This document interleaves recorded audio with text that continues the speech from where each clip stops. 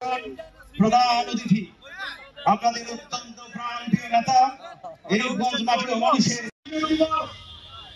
আমরা 1971 সালে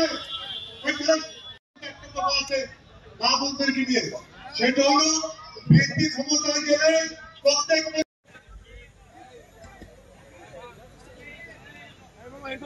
বরণ করে নিচ্ছেন সবাই একটু ধরে হাততালি দেন।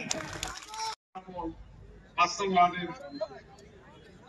আরাফাত রহমান করছি রূপগঞ্জ থানা বিএনপির সংগ্রামী সাধারণ সম্পাদক কার ছাড়া যারা আছে তাদেরকে প্যানেলে বাইরে বের করে দিচ্ছি।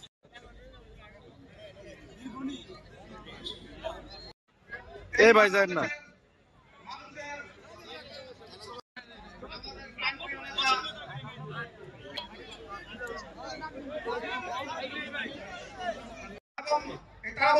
সুন্দর অনুষ্ঠান করার জন্য তাদেরকে ধন্যবাদ জানিয়ে আমি আমার বক্তব্য জানাচ্ছি।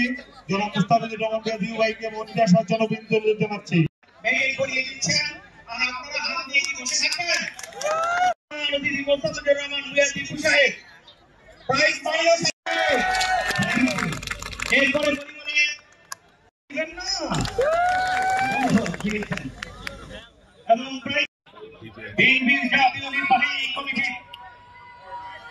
অন্যতম সদস্য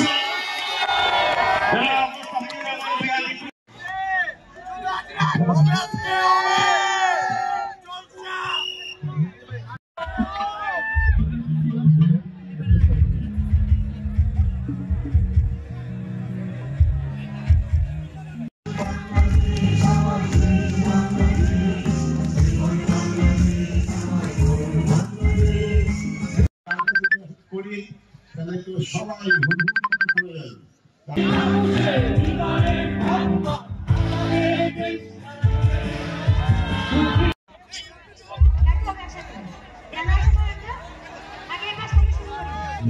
এটার ভিতর এই জায়গাটা এমন একটি জায়গা যেখান থেকে আপনাদের রূপগঞ্জের যেই একজন নেতা ছিল গাজী সাহেব প্রথম আপনাদের জায়গা এইখান থেকে আপনি জায়গা দখল করা শুরু করেছিল। আপনাদের অনেকের বাপদাদার ভিটা আজকে নেই, কারণ কি সে তার নগরী বানিয়েছে এইখানে, অবৈধভাবে জায়গা দখল করেছে, অবৈধভাবে আপনারা ঘুমাইছিলেন, ঘুমের ভিতর উঠে আপনারা দেখেছেন আপনাদের বাড়িঘর ভরে গেছে বালিতে।